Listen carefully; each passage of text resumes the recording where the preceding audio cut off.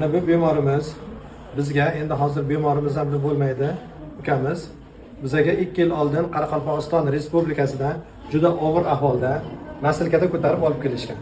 Ko'rganimizda bemorda toksik dilatatsiya belgilari bo'lib, yo'g'on-ichak perforatsiya asolati bergan edi.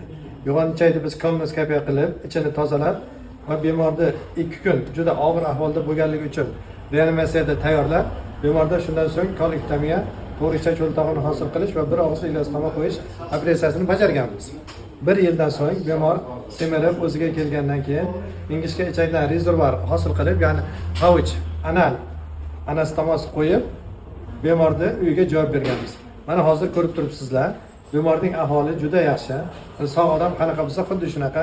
Eng asosiysi, mana o'sha pouch anal anastomoz qo'yganimizdan keyin yo'g'on-ichak yo'qligi tufayli bemorlarning ichi 5, 6, 7 martagacha keladi. Lekin bu bemorimizda ich kelishi bir sutka davomida 2-3 marta. Bu juda katta rezultat hisoblanadi. Operatsiya ham yaxshi natija berganligi hisoblanadi. O'zi qanaqasiz? Bir fikrlaringizni aytingchi. Xudoga shukr, yaxshiman. Avvaldan mingga yaxshiman hozir. Shu og'ir ahvolda kelganingiz, qanaqa bo'lib kelganlaringizni bir gapirib bering. Endi shu yerga keldim, shifo topdim. Shu yerdan oldingidan 1000 marta yaxshiman.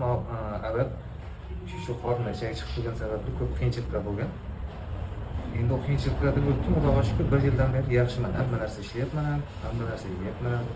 Avval holatimda sekin-sekin kelyapman. Doktorlarimizga rahmat katta. Sog' bo'ling. Sog' bo'ling. Boshqa kasal bo'lmang. Sog' bo'ling. Sog' bo'ling. Sog' bo'ling.